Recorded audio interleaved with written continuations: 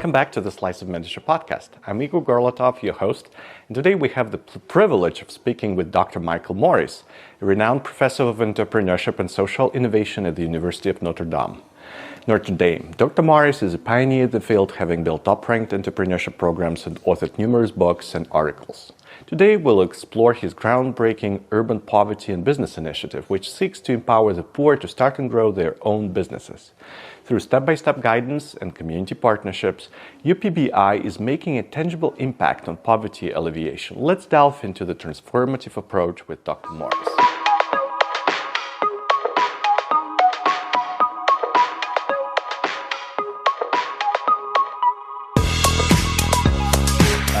Dr. Morris, thank you so much for agreeing to join me on the Slice of Mentorship podcast. Well, thank you for having me. It's a pleasure to be with you, Igor. So could you talk a little bit with us about your journey that led to the establishment of UPBI and whether any personal experiences that contributed to this initiative? I've spent a career in academics, building entrepreneurship programs at different universities. And this has been a time period, the last 35 or so years, when entrepreneurship education has just exploded. So 40 years ago, there were fewer than 10 schools that had any kind of entrepreneurship program. And most of those offered a course. Today, there are over 5,000 universities and colleges teaching entrepreneurship. It's been the fastest growth area in universities across the globe over the last few decades. And I got to be sort of on the front row seat in terms of that revolution. And so I spent time building the entrepreneurship programs at Miami University, Syracuse University, Oklahoma State University, University of Florida.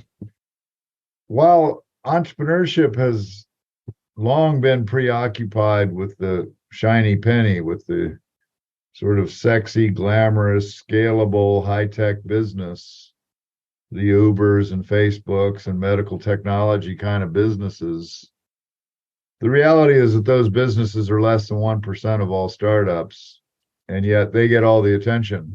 That's what's taught, even though even students who start businesses aren't going to start those kind of businesses for the most part. So we always have had a underpinning in our programs of entrepreneurship as empowerment and entrepreneurship as a vehicle to help the disadvantaged, minorities, low-income people, women, Native Americans, refugees. And so we've always had programming that emphasized that and taught courses on things like women and minority entrepreneurship. So that sort of laid the platform. When I came to Notre Dame, my exclusive focus was no longer to build entrepreneurship programs, but instead to focus on poverty and entrepreneurship. And so we launched something called the Urban Poverty and Business Initiative, or UPBI, and it's a 10.5-month program annually. We work with, well, here in South Bend, Indiana, we work with 70 low-income people a year. And they go through 6 components. So there's a training part, there's a mentoring part, there's a part where student consultants help the businesses. They help create websites and bookkeeping systems, social media campaigns. There's a part that's called Community Connect, where we connect these entrepreneurs to the larger community, especially the business community. A pathway to microcredit. And then one of the things that surprises people is if I'm not sure, what state are you in? North Carolina. Yeah. If you ask the state of North Carolina, how many poor people started a business in North Carolina last year, they have no clue. What's the success rate of those businesses? They have no clue. So we track these businesses on 35 metrics for 3 years.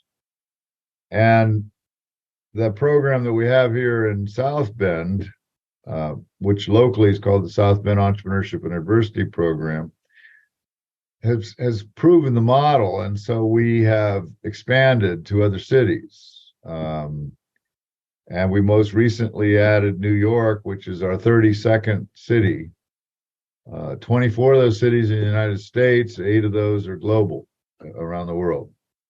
So that's what we do is we have an 80-step process, 80 steps to a sustainable enterprise. So anybody can start a business, but creating something that is sustainable, that can move you out of poverty. And our model is basically progress begets progress. So if we can help you take 20 steps, you'll take 20 steps on your own. Thank you for giving this overview. I think I wanted to dig a little bit deeper into the question. Like you mentioned that you were involved in entrepreneurship development initiatives, and then you realized that poverty is something that is not being addressed directly.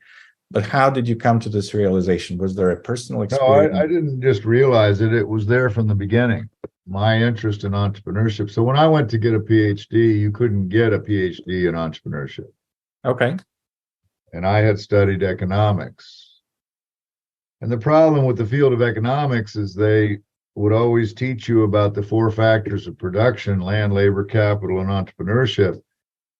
But they then focus entirely on land, labor, and capital and ignore the entrepreneur, or just assume the entrepreneur.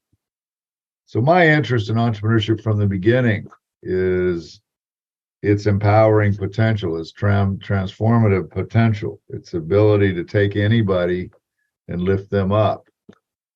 So our focus on poverty as empowerment has always been there. It was there in the first entrepreneurship program we ever created. It wasn't some realization we came to one day. The history of the United States is a history of poor people pulling themselves up by the bootstraps and starting their own businesses. This country was founded by people and populated by people who moved west.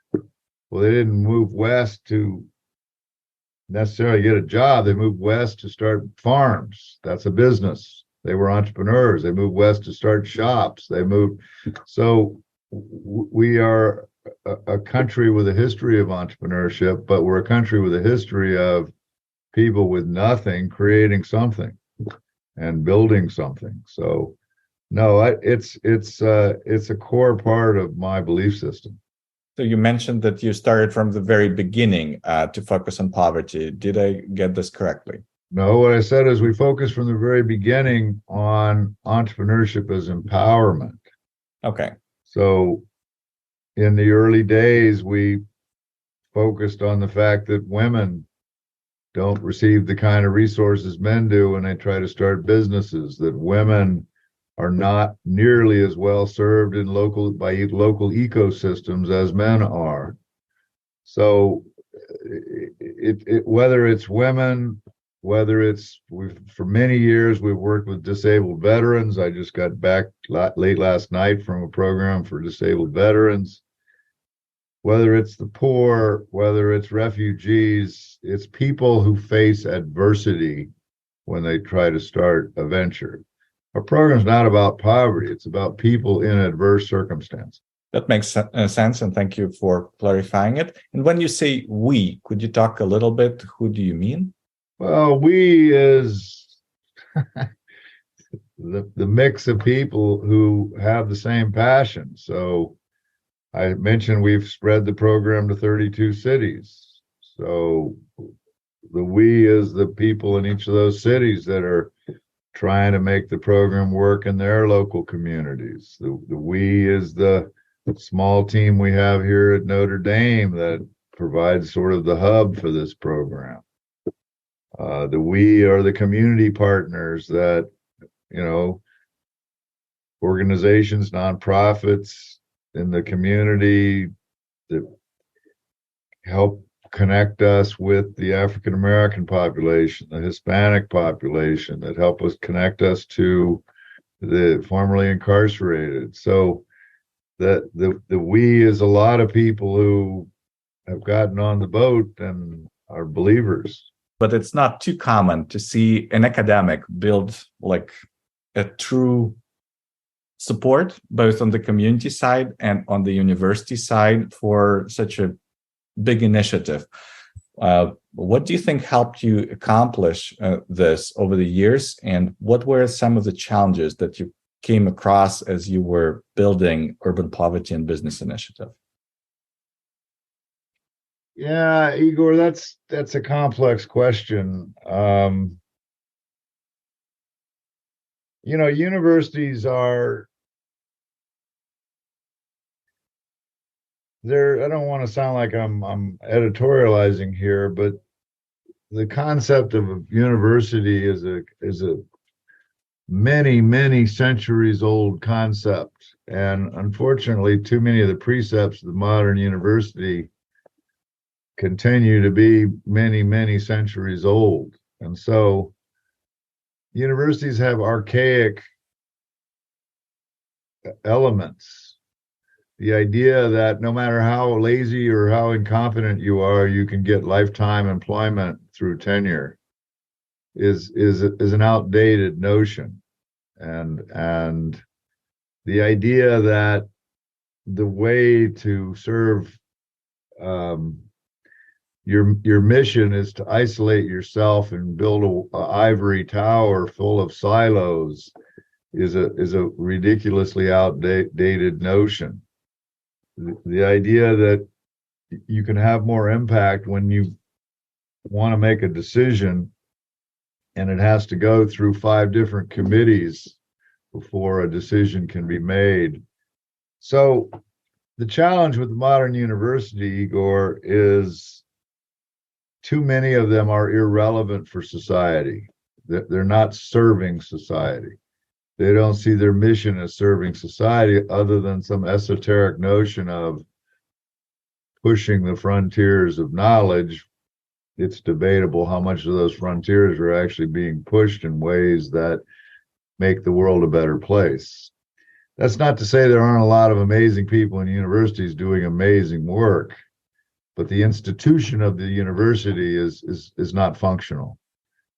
So when you come to programs like what we do, you'd think that's the bread and butter of a university, to be taking intellectual knowledge. And actually, the UPBI program produces a lot of research. We publish articles and books based on what we're learning.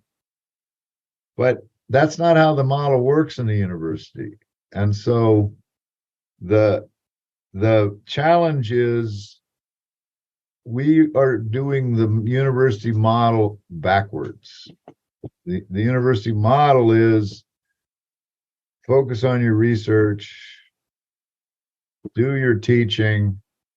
You do some service activity, that's great, but a lot of the service activity is activity on the campus, advising students or being a reviewer for a journal or article or whatever.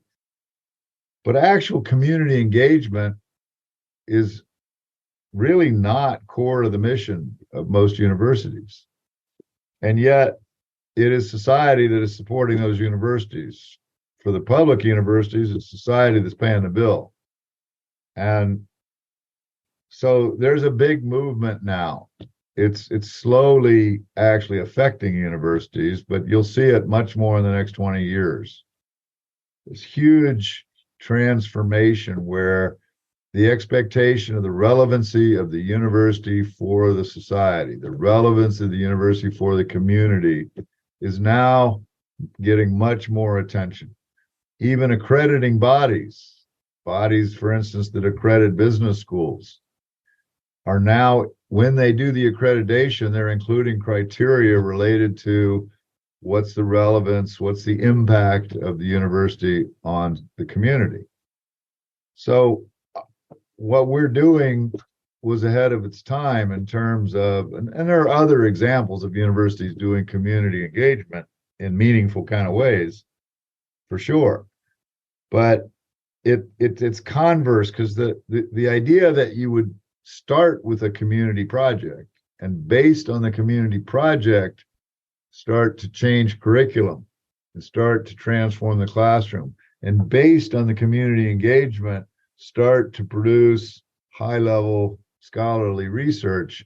That's a backward model from the way it normally works in the university. And so it's to me, the University of Notre Dame, where I am, is a perfect place for what we do. It's a university committed to doing things for the common good. But there's a whole new learning curve to learn how to build and then institutionally support initiatives like this. It looks like you found the perfect spot at this university for this program, and there are 32 other like communities that have bought into the idea, which is awesome. But what helped you get buy-in when you were just launching your first kind of step? Yeah, well, you got to understand, I have a history of building programs, big programs at universities. And so I understand the bureaucracy, and I understand the processes, and I understand the internal thinking and how resources are allocated. I mean, I've been at it a long time. So my approach has never been to go in and have a lot of planning meetings and do a lot of selling internally. And my approach is always go in, do your homework, but start programs below the radar screen. Start programs without waving the flag or making a lot of noise. Build quality programs, even if you don't have a lot of resources. Beg, borrow, or steal to get what you need to pull it off. And if you build quality, then people can take a look and see what you're doing and feel proud that you're part of their place and what you're doing is a good thing that fits what they're doing. So it's not about making it from the start a core part of the strategic plan of the university and getting big budgets allocated and that doesn't happen. And it's about bootstrapping and working underground but always focusing on keeping your eye on the prize and ensuring quality comes first. Thank you. I appreciate your comments on this, because that has been the approach I've tried with some organizations I'm trying to partner with. It's usually under the radar, doing something small, finding some intrapreneurs or entrepreneurs within the organization who buy into the idea, and then trying to create change that way. So you kind of validated my thinking. So thank you for sharing. Yeah, no, I think that's important. And, people have to be able to see, empathy is everything. And so your ability to understand the needs of these partners or these needs of these stakeholders and what makes them tick and how what you're doing may serve their goals, I think is important. Okay, let's talk a little bit about this urban poverty and business initiative. You mentioned it takes 10 and a half, 11 months. So what's the reasoning behind this stage intervention? Well, first of all, a lot of entrepreneurship programs at the community level are kind of one-off programs. So it's come to this training program, or come to this speaker, or come to this, meet with this mentor.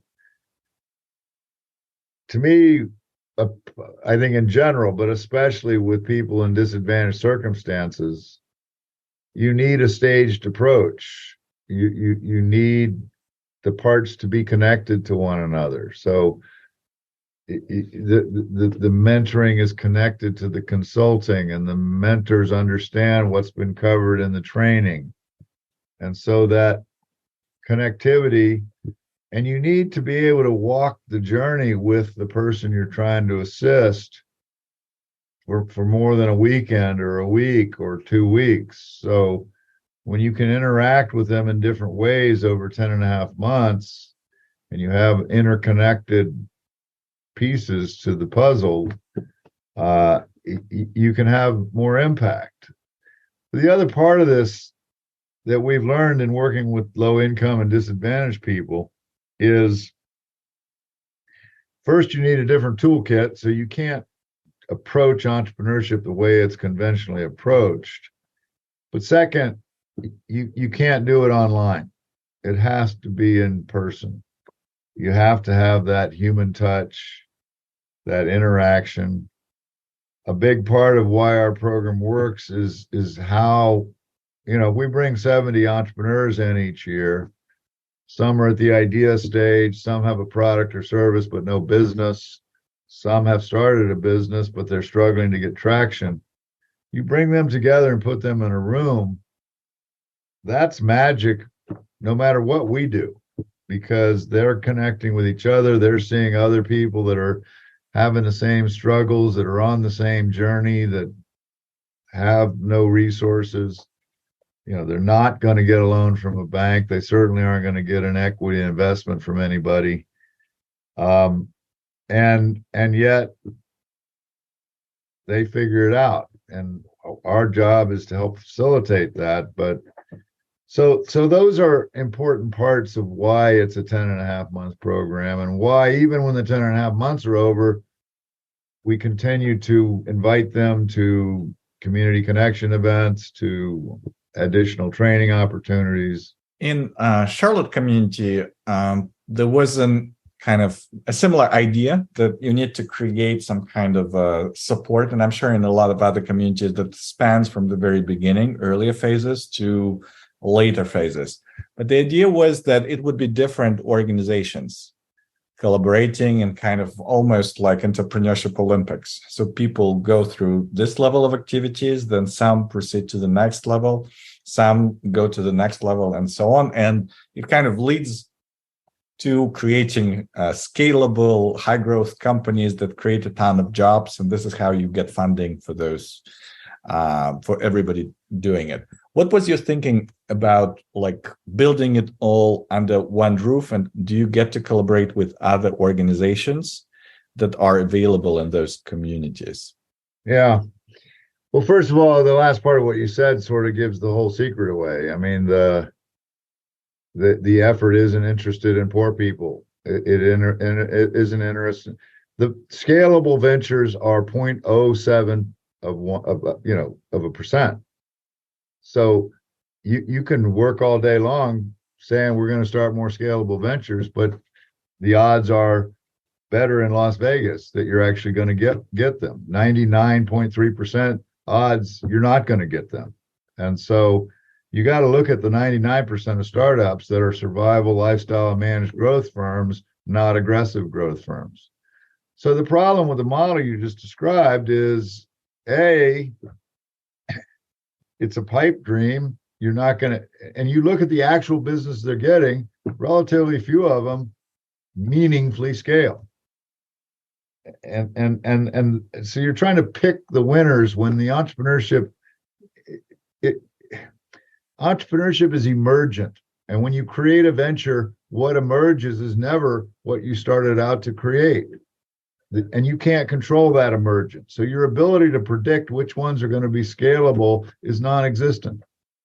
And so if you approach it the way you said, and worse than that, there's no coordination. It's just disparate organizations in a community playing different roles, which is normal with a lot of these ecosystems. Then you're doing things in a way that are predicated on the assumption that it's about scalability, it's about innovation, it's about growth. And so you're using a toolkit like the Lean Startup. The Lean Startup, A, is a deeply flawed methodology, but B, was designed to deal with scalable tech or innovation-based startups. It does not work with the poor, period. The idea of, some of the ideas of the Lean Startup are so obvious, and they're all stolen from earlier work, like go talk to 30 customers or 50 customers, But even the idea of a minimum viable product is not an especially useful concept when you're starting a hair salon or a lawn care business or what have you. But that's not the point. Even if you can force fit those things, you need a different toolkit. And that's not going to happen even if you use the conventional toolkit. So the conventional toolkit in entrepreneurship, if I walk into an SB, Small Business Development Center, and I say I want to start a business, what are you going to say? You're going to ask me, well, do you have a business plan? I say, no, what's a business plan? You're going to hand me a template and tell me this is what a business plan consists of. Go write a business plan. The business plan approach doesn't work with the poor. So, I mean, you're dealing with a person who lives in a world of scarcity. So this is a person who has to make weekly decisions on whether to pay the rent or pay a medical bill. They have to make a choice. And so whatever choice they make is going to be suboptimal because it will cost them more than it should in the longer term. They'll pay penalties for the late rent or whatever it is. They'll get kicked out of their place and have to find a new place to live. What that does is it creates a very short-term orientation. The poor live in the immediate term. They're trying to get through the week. They're trying to get through the month. So to say to them, think 5 years ahead. Write a business plan. It's a 5-year business plan. Put together pro forma financial statements for the next 3 years. It isn't going to happen. So you've just put a roadblock in front of their pathway. Because you've told them if you don't have a business plan, you can't have a business. We tell them just the opposite. Business plan matters. Write it as you can. In the meantime, go make a sale. In the meantime, get out there and hit the bricks. Do stuff. We provide some structure to that stuff in terms of our 80 steps, but it's just not going to happen in a way that serves the large majority of people, but especially the disadvantaged, the people in adverse circumstances. You got to have a different toolkit and a different approach. You mentioned Charlotte. We have had some conversations with the University of North Carolina at Charlotte.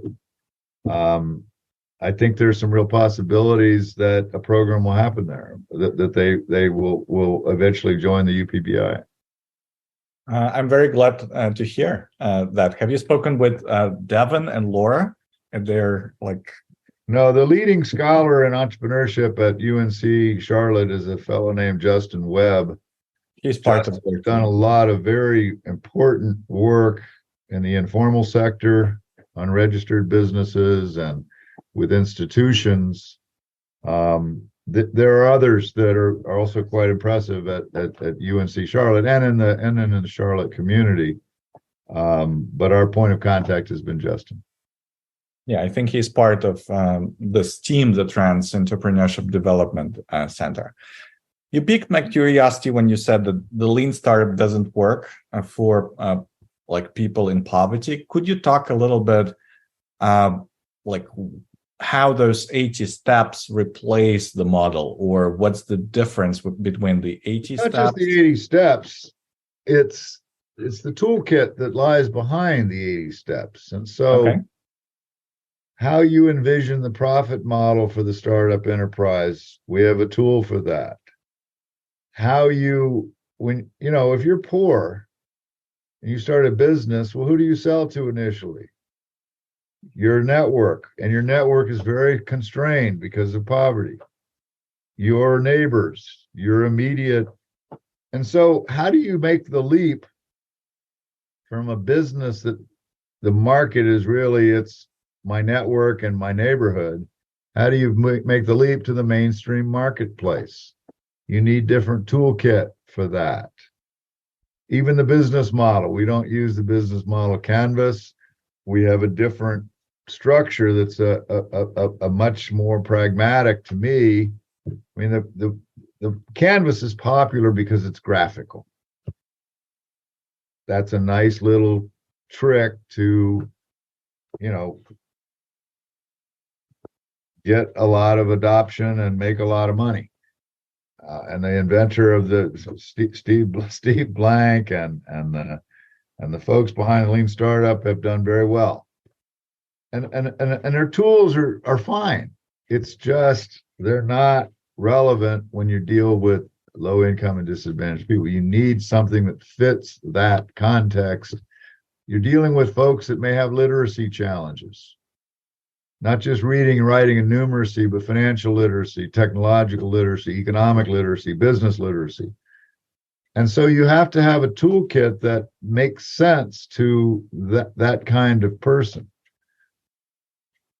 What makes sense to that kind of person, especially if you live in a world of scarcity and you face constant non-business distractions. I'm in poverty. I'm being threatened to be kicked out of my home.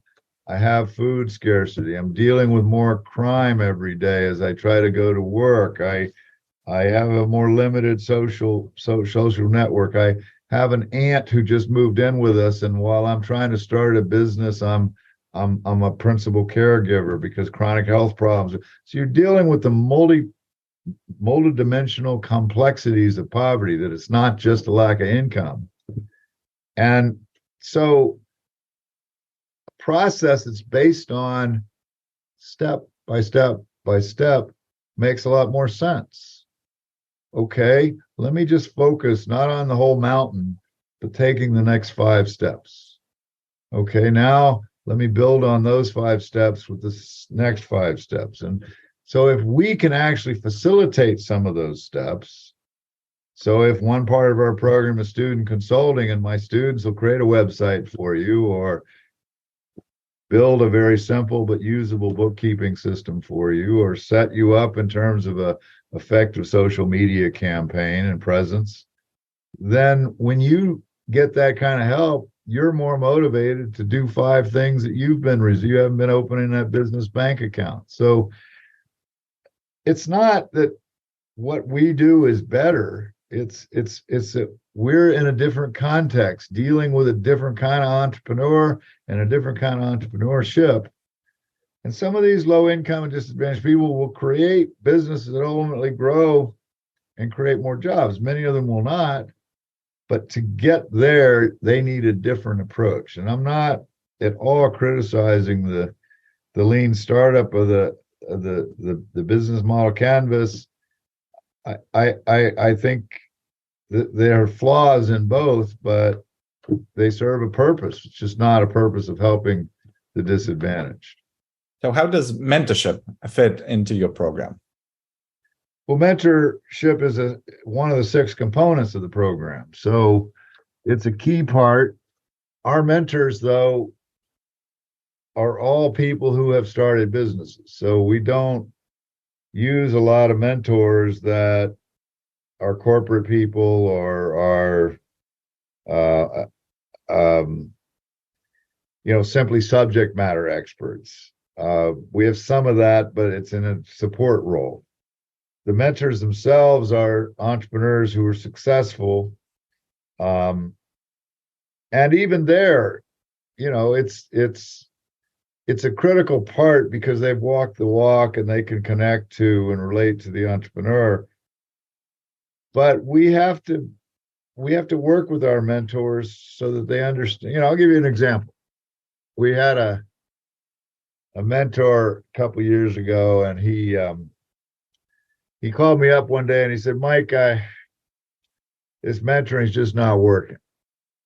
And I said, "Well, what's the problem?" And he said, "Well, the first meeting I had with the mentee, she showed up late. And the second meeting I had, I'd given her some things to work on and she didn't do those things. Then she missed a meeting. And, I've been trying to tell her, entrepreneurship's tough. It's a 20-hour-a-day job. If you're not ready for that, you're not ready to be an entrepreneur." And I said, man, you really ought to give her a break. She's a single mother. She has 4 children. She's working 2 part-time jobs while she tries to start her own business, her own dream. And that's just the kind of mental adjustment you need to make. You're not dealing with, some 22-year-old. These entrepreneurs are anywhere from 18 to 68. And it's about helping them help themselves. One of the problems in the world of entrepreneurship, Igor, is it's a world that has adopted a venture capitalist mindset. And a venture capitalist mindset is, okay, pitch your idea to me and let me rip it apart. Let me tell you everything that's wrong with it. And if there's anything still standing, maybe you have a possibility. So they do pitch competitions. Pitch competition is a silly idea simply because it means there's one winner and a whole bunch of losers. It's a pick the winners game. And too many university professors are the same way. Some kid comes in with a business idea. They think their job is to just rip it apart, show you what won't work, show you where the flaws are. Well, there's no such thing as a viable business that's not full of flaws. They all are. We're human. And we make mistakes. We execute improperly. We don't know near enough, no matter how much research we do. Before you start a business, there's no way to know ahead of time. I don't care how good your business plan is. There's no way to know ahead of time the exact right price to charge, the exact right product mix to offer, the exact right target audience to go after, the exact right marketing media to use to communicate, the exact right type of employee to hire, the exact right location to have, the exact right hours to operate. Entrepreneurship is all about making mistakes, trial and error, adjusting on the fly, and getting it right. And my problem with the conventional approach is, so we always say, we're not in the idea killing business. So you come to me and you're disadvantaged and you've got a really crappy idea. My job is not to tell you have a crappy idea. My job is to say, yeah, the way you're thinking about it is interesting, but you might be able to make a little bit more money if you make this adjustment. You might be able to make a little bit more money. So our goal is, we're going to try to find out to make whatever can be made in terms of money from your idea and help you learn to adjust and adapt as you go, rather than just tear your idea apart. Well, that's a bad idea. Why don't you try starting something like this instead? We just don't do that. So how do you train a coach mentors, like the mentor in your example? It's a tough thing because they're all successful people. They're all busy professionals. They're not, so we share videos with them. We have some frameworks we give them to get started with the entrepreneurs. And with time, obviously, we weed out and keep the better mentors. But it's a continual battle. It's mentoring is tough because even when you have a great mentor, which often you don't, and even when you have somebody who is coachable, which a lot of the mentees, a lot of the entrepreneurs they're tough to coach. And even so you get good entrepreneur, good mentor, but then there's a question of fit. It's like a marriage, and it's the differences in personalities and that kind of thing. So I'm not going to pretend that we've cracked the nut on mentoring, but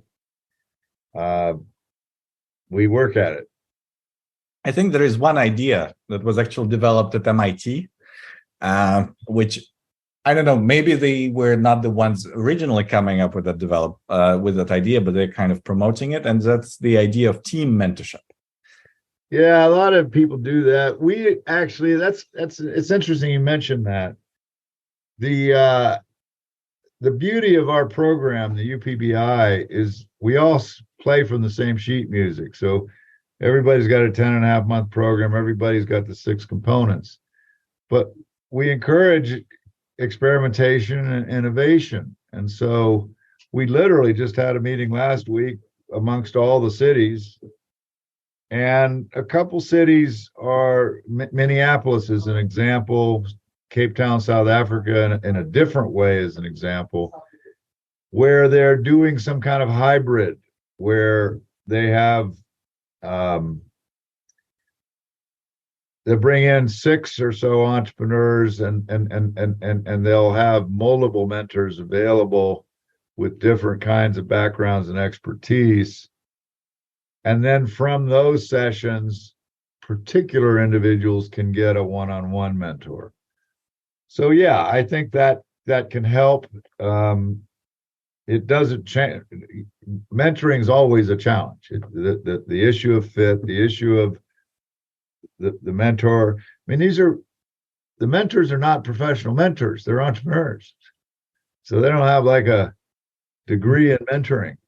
And the entrepreneurs need to know how to be mentees. They don't have a training course in how to be a good mentee. So you're trying to move a lot of moving parts to make a mentoring program work.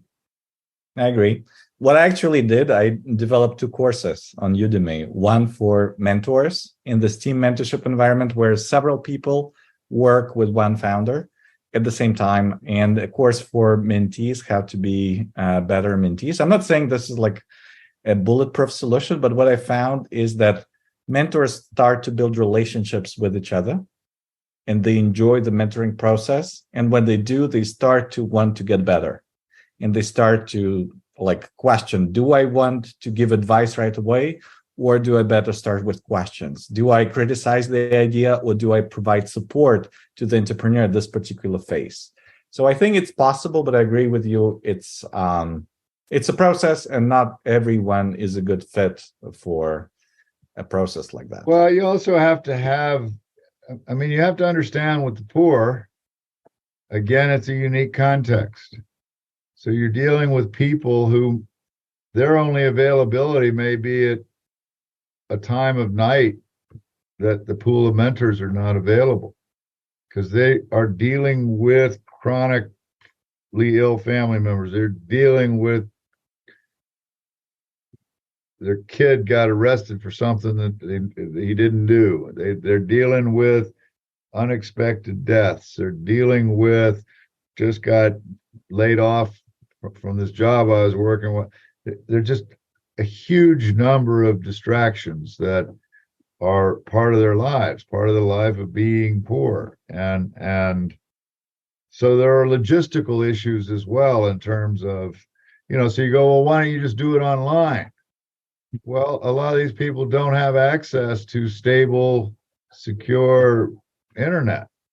So I'm not disagreeing with you a bit. I totally agree with you. It's just, you got to factor in when you're dealing with the poor, it's different. And you can't do a lot of things the conventional way. You have to be much more flexible in how you approach it. But yeah, I think finding ways to do some sort of collective mentoring is a powerful thing. I wanted to talk a little bit about success metrics. In the document you shared with me prior to this conversation, there were some impressive numbers that 80% of program participants actually start the business. If I'm not mistaken, 35% of participants who start the business get to a sustainable business.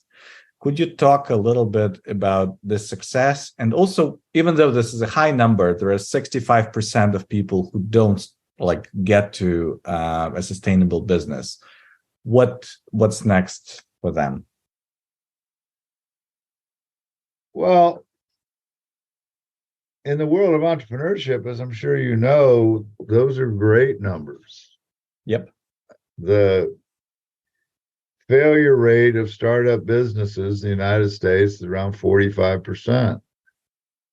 And you also have businesses that are started for different reasons. So if the purpose of the business is to provide a supplemental source of income,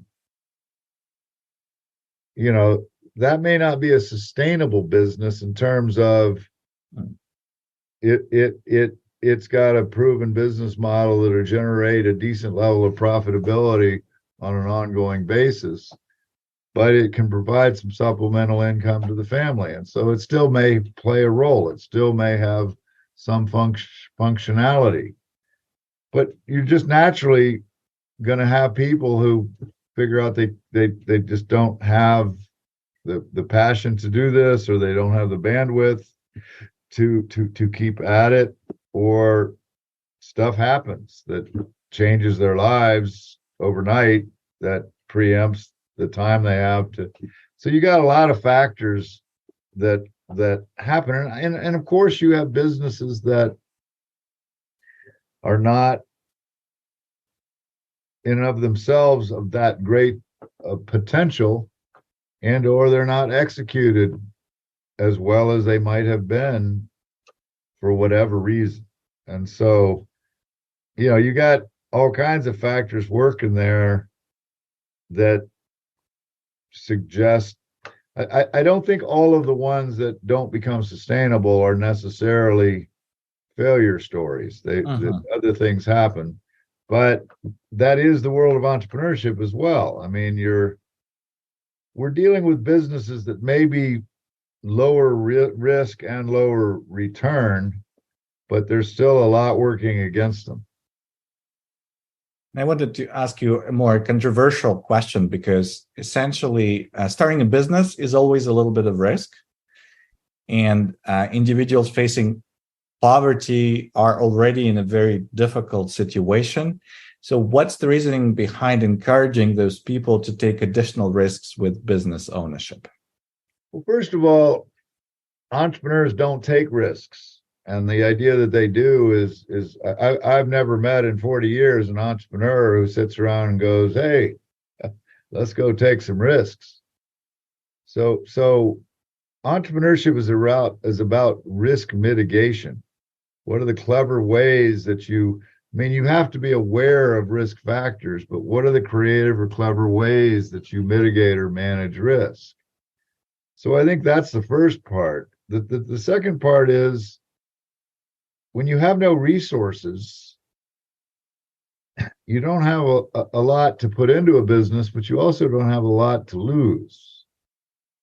And so our mantra, and I think it's true in entrepreneurship in general, but it has to be with the poor, the heart and soul of your whole approach to your business is leveraging resources.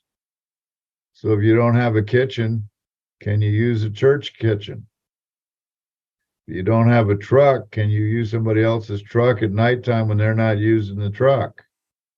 So it's about clever ways to leverage the resources around you.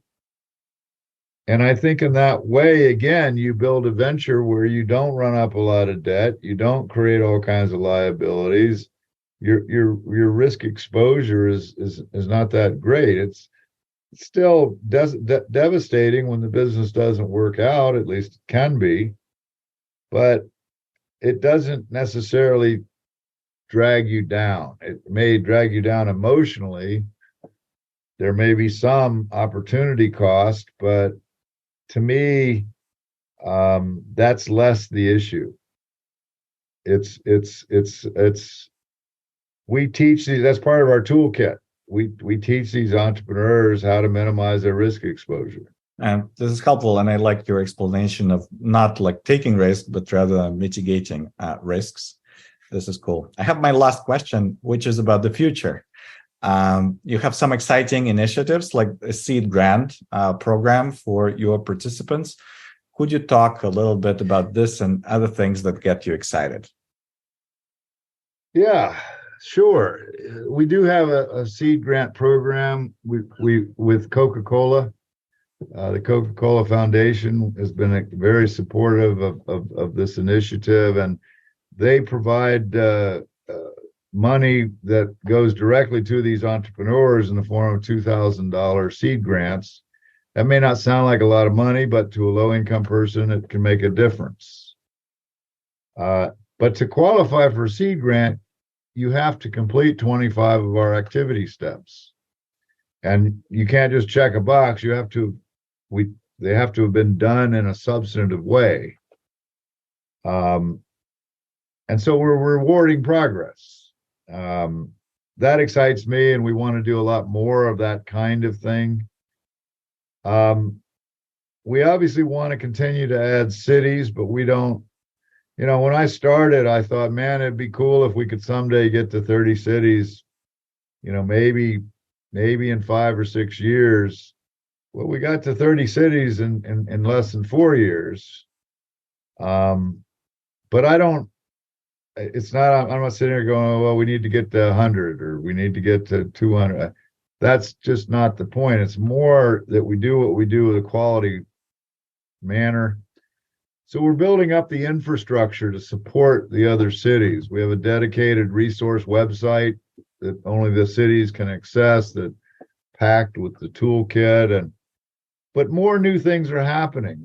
We in South Bend and one of the other cities, we've created a co-marketing website. So it has all the local businesses that have been in the programs featured, trying to get the local community to do business with these entrepreneurs. Our partner in Milwaukee is about to open a store that only features the products of the entrepreneurs and their program.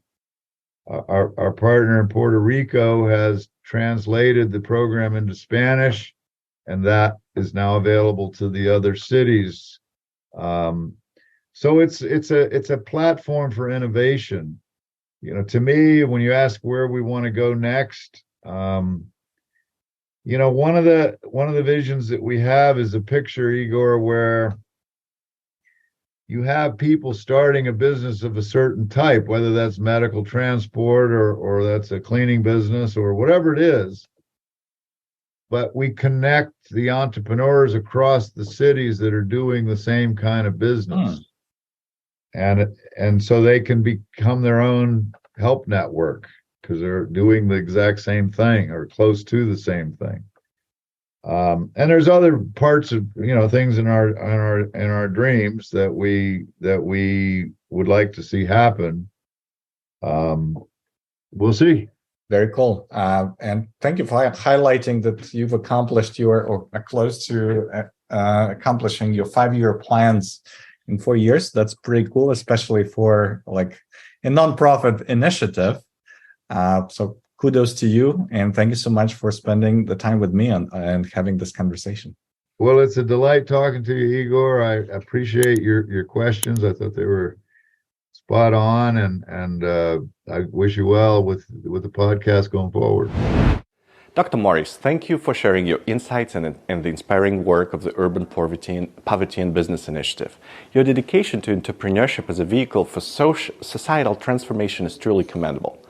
Listeners, this episode of The Slice of Mentorship was brought to you by Traction 5, a system that nurtures mentorship relationships and stimulates innovative growth. Together, we can foster partnerships and internal innovation. Join us next time for more enlightening conversations from the world of mentorship. See you in the next episode.